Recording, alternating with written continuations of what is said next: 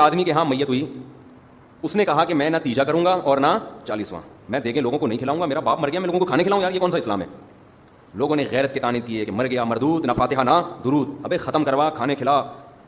اس کو یہ تھا بھی غریب بیچارہ کہ یار میرا ابا مر گیا, میرے پاس ویسے ہی کفالت سے محروم ہو گیا, میں دیکھیں کھلاؤں یار. جب بہت طعنے ملے نا تو مجبور ہو گیا, عزت تو سب کو پیاری ہوتی ہے.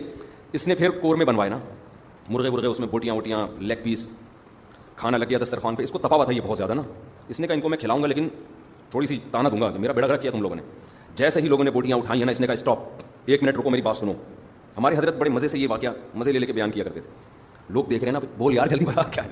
کہہ رہے دیکھو لوگوں, میرے باپ کا انتقال ہو گیا, میں بہت غم زدہ ہوں, بہت غم زدہ ہوں, مجھے بڑا تکلیف ہے. میرے دال میرے کا نوالا میرے حلق سے نہیں اتر رہا, اور تم میرے گھر میں مرغے کھانے آئے ہو, تمہیں شرم نہیں آتی؟ چلو بسم اللہ کرو نا. یہاں سے نوالا واپس, تو نے کھانے کے قابل ہمیں چھوڑا کھائے.